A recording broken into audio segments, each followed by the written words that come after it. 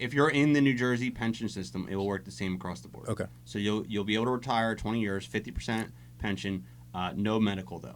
Okay. You would have to go on a state plan or something like that, or if your spouse has it, individually. Some individual towns have different contracts, so they may or might not get it depending on your contract. But across the board, it would just be 50% of your pay. You'd be out the door, and then that would be it. This is Corey Jones with the Be Ready with Safetyman podcast. Join us every week for a new podcast. Follow us everywhere podcasts are played and on YouTube. Be Ready with Safetyman. This is Corey Jones. All right, new environment, new place. So. Yes. All right, hello, welcome back. Don't you love coming into a podcast where somebody's already laughing? Yes. Like what would happen behind the scenes? Secret? It's a secret laugh. Well, you have to really follow us because we will let you know. Welcome to the Safetyman podcast. I am the host with the main man here. Safetyman.co. I'm Corey, keeping you safe, trying to educate. You got questions, hit us up. We will do our best to either answer them or do a whole podcast on it. So we try to cover a bunch of a good range of things, police related, safety related. And this one is, we do a lot of New Jersey stuff because obviously we're in New Jersey. So These are the topics. And I know these things carry over to other states. So some things are different, some things are similar. But the one thing that just popped up recently, and I kind of want to dive into this, and I am happy about this because I'm probably going to take advantage of this. We just had a bill passed, and we're just waiting for the governor to sign it. It's the 20 and out bill. And what this means is that officers in New Jersey can do 20 years, and then they can retire at a 50% of their pension. Now, medical is not included at that time, but it is an option. Now, this was originally, I guess when you first started, the 20 and out was an option. Yes. And you could leave at 20. Yep. And so when I was getting the police work, I always liked that option because I knew I wanted to get in police work for a long time, but I always liked the option, knowing in my back pocket that like once I got to 20, if I had something or I wanted to move on in my life, I could. And then when I started, they got rid of it right away. And I was kind of like, okay. And then it was 25 years minimum. And then they moved it to 30-year minimum. Right. Which is a lot of years. And I'll dive into that for a couple minutes, maybe why, that's too much, or at least not to have an option. But so just recently, and I got to give a shout out to, I'm going to say Senator Vin Gopal. He was a big proponent of this bill, getting it back into play. Now, this started during COVID. They had a 20-year burnout bill they put through. It was temporary because a lot of officers were going through COVID. They were dealing with a lot, and they gave an option to put it back on the table. That expired as of this year. Mm-hmm. So they had to put in place a bill to say, are we going to extend this or what? So now this is going to be extended indefinitely as long as the governor signs it. So hopefully Governor Murphy signs it. But I just want to talk a little bit about why this is a good thing. And I'm going to put it like this. 30 years is a long time. 25 years is a long time. And if you get an officer that kind of gets stuck in the pension and to the point where they don't want to be there anymore, but they have to get to the pension point, you're not helping anything. No. There's a real thing called burnout, PTS. Those are real things. I don't care who you are. I did 27 years. And at 20, not in a row. I did like 2, then 1, and then 25. So it was almost 28, not in a row. But when it was time to go, I was ready. Like I was emotionally, physically, just ready. Yeah, and I think so. One of the things too is that not everybody is going to move up the line to be a lieutenant, a captain, and I'm not going to say that they don't have a hard job. What's wrong with sergeants? Sergeants, but you're working. So I'm talking about working the road. I know. So listen, not that it's different, but doing night shifts, switching over, putting in, all these road calls, and you're getting into your 40s and 50 years of age, and you're dealing with other officers that are 21 years old. It's a whole different ball game on the street. Indeed. Indeed. Administration, yes, it can be mentally burnout, stressful. Obviously, there's a lot going on, but the physical side of it is that on the street, you got to be prepared. And so we try to stay in shape and things like that, but it just gets harder and harder and harder. And I think having that option for some people is say, it's time to go. I'm not moving up the ladder here. I don't have a lot of options. I enjoy what I've done so far, but it's time to move on. I think giving that option from saying at some point in their 20, and you're taking a loss because you're not going to get the medical benefits, so you have to have a spouse, someone that has medical benefits, and you have to probably have a part-time job or something lined up to make up the difference of what you're going to be making. But you got to put in perspective, right? 30 years. So the maximum you get hired at in New Jersey is 35. Okay, so let's say you're 34 years old. You get hired. You got to do 30 years. Now, if you don't move up the ladder and you can get an office job or a corporate job in the rankings or whatnot, that means you're going to have patrolmen that are 60 plus years old patrolling your streets. Yeah, I don't want that guy or girl 60 years old. Again, I know I'm going to catch flack for this. There's a difference between me when I was 52, 42, 32, 22. I don't care what you say. That's realism. You know, in all the realms, my physical ability to actually climb in your window and drag you out because your house is on fire, because police get there before anybody and everything. So we're expecting them to be able to do a certain job. We have to make sure that we're preparing them to do that. Yeah, and so I think that's where, again, this just having, I keep saying, just having the option doesn't mean you have to leave at 20. Doesn't mean you have to leave at 25. Doesn't mean you could stay there. You love it. You're top physical shape. There's some guys that are, like Corey, that are just a specimen, and I'm still trying to find out his secrets. That's a whole other topic. Yeah, it's another podcast. But it just gets tougher, and so I think that having this option for guys makes great, because then, there's going to be guys too that are in their 23rd year, their 24th year, and there's 2 years, like, I got 2 years left. I'm not going to do anything. I'm not going to barely answer calls. I'm not going to go to scenes. And then you're getting, it's like, what? This guy wants to leave? Let him go. Yeah. Let him go. He wants to walk out. Like, just give him till, he's going to take a cut. He's going to take less. Let him go. Because now we can take that X amount of dollars. Probably two. And we can hire probably one or two people, guys or girls. And, or, the other thing, too, I've been saying is, some of that towards more training. So now you have X amount of dollars you can put towards a new officer that's fresh, and you can take X amount of dollars and put it towards more training for your department. Yep, to keep your department fresh. Now, I do have to say this. We know what we signed up for. Yes. And we knew exactly how long the contract was. People in corporate America or in regular America who aren't on government jobs are going to be, what are you guys even complaining about? You get pension and benefits and health care for the rest of your life or some variation thereof, and you get mad because you have to do 5 extra years. There's a difference. I just have to throw that out there. We're not walking in this blind. I knew exactly what I signed up for. I knew how long I was expected to be there. But I will tell you this, as Anthony keeps saying the word, options. Yeah. Options can reduce stress. Just so you know, like you said, I can leave if I need to, if I got another opportunity, or if I didn't know that my body was going to respond this way, or my mind was going to respond this way, and the stress is just becoming too much. Yeah, I mean, because, again, I hate to say it, but we work one of the professions with the highest suicide rates amongst adults, men and women in the field. This could help towards that. You have someone that's like, I can't go to work anymore. I just cannot do it. And they don't want the stigma of, maybe the mental health side. And they say, I need to move on. I need to leave. Mm-hmm. And they physically can and still get, the money and move on to another job. So I think giving that option is a great thing for people to have a chance to leave when they're ready to leave. I think the other thing, too, is that, I'm not going to get too political and whatnot, but I think, again, like, yes, we know what we signed up for, but a lot of things have changed from what I signed up for. Mm-hmm. That's the other thing.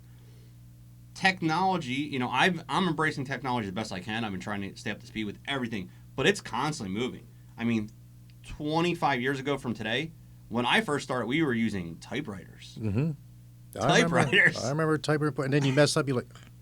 So, and listen, I'm adapting fine. I use computers all day. What was backspace? There was no backspace button, right? You had to use the white out or the X out. You had to double X it out, or if you have ones that had the white out on them, like the newer ones that have white out or whatever. You're aging yourself right now, just saying it. But what I'm saying is, listen, I've been keeping up with technology in my life. I'm up to date with a lot of things going on, right? But there's a lot of guys and girls that have trouble making that adjustment as well. Mm-hmm. So trying to keep up with the speed of the times, that's also a difficult thing for some people. And so... things have changed. So what you sign up for, and I'm not just talking about technology, but everything going on, the way environment changes, social, political environments, things are constantly changing. And that's part of the job, is like being able to adapt to your environment, what's happening. Mm-hmm. Some people, though, they're very difficult. There's been a lot of change, especially in New Jersey, the way we handle things. And for a lot of guys and girls, that's difficult to embrace that change. They were so used to doing something for 20 years, and then all of a sudden...